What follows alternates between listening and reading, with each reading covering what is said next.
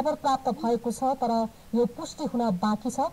रसुवाको हाकु गाविस 9 स्थित गोगने गाउँ, यो पुरै गाउँमा पहिरो गएको छ भनेर खबर प्राप्त भएको छ। यो पुष्टि हुन बाँकी छ। र त्यसैगरी रसुवाको उत्तर पश्चिममा अलि बढी क्षति भएको, व्यापक क्षति भएको खबर प्राप्त भएको छ।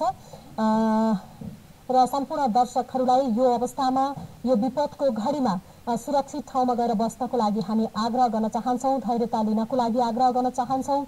संयम, धैर्यता लिई खुला ठाउँमा सुरक्षित स्थानमा गएर बस्नको लागि हामी आग्रह गर्न चाहन्छौँ।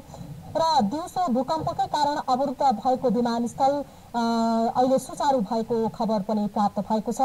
भूकम्पकै कारण दिउँसो केही घण्टा विमानस्थल, त्रिभुवन अन्तर्राष्ट्रिय विमानस्थल पनि अवरुद्ध थियो र अहिले विमानस्थल सुचारू भएको छ। र सम्पूर्ण दर्शकवृन्दहरूलाई खुला ठाउँमा गएर बस्नको लागि हामी फेरि पनि आग्रह गर्दछौँ। साना साना धक्काहरू, एकदमै साना साना धक्काहरू हामीले अहिले पनि महसुस गरिरहेका छौँ। त्यसैले हामी आग्रह गर्न चाहन्छौँ सुरक्षित ठाउँमा एकदमै संयमका साथ, धैर्यताका साथ बस्नको लागि हामी आग्रह गर्न चाहन्छौँ। नआत्तिनुस्, नआत्तिकन खुला ठाउँमा, सुरक्षित ठाउँमा बस्दा केही पनि हुँदैन।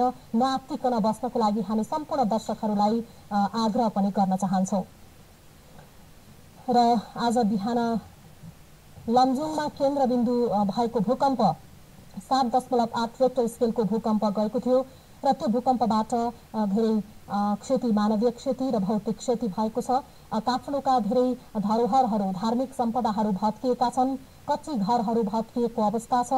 हामीले केही विवरणहरू यहाँ समक्ष प्रस्तुत गरेका छौँ। अझै पनि एकिन तथ्याङ्क आउन बाँकी नै छ। हामीले यहाँहरूलाई अपडेट गरि नै रहनेछौँ।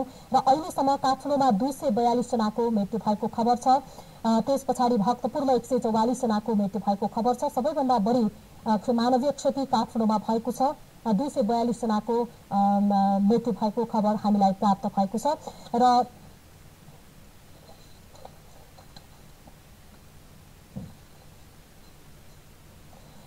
अहिले पनि सबै मान्छेहरू खुला चौरमा, सडकमा बसिरहेका छन्। हामी अनुरोध पनि गर्छौँ कि खुला चौरमा बस्नको लागि नै हामी यहाँहरूलाई आग्रह पनि गर्छौँ। नआत्तिकन खुला चौरमा बस्नको लागि हामी आग्रह गर्दछौँ। धेरै मानिसहरू अहिले खुला चौरमा, सडकमा बसिरहेका छन् र हामी उहाँहरूलाई अब केही समय यो चाहिँ केही साना साना भूकम्पका धक्काहरू महसुस गरेको हुनाले केही समय अझ पनि खुला चौरमा, सुरक्षित ठाउँमा बस्नको लागि हामी आग्रह गर्दछौँ। र काठमाडौँका केही बाटाहरू पनि धस्सिएका छन्। बानेश्वर लगायतका बाटोहरूमा केही धस्सिएको पनि अवस्था छ। त्यस्ता ठाउँहरूमा पनि अलिकति सतर्क भएर बस्नको लागि पनि हामी आग्रह गर्न चाहन्छौँ।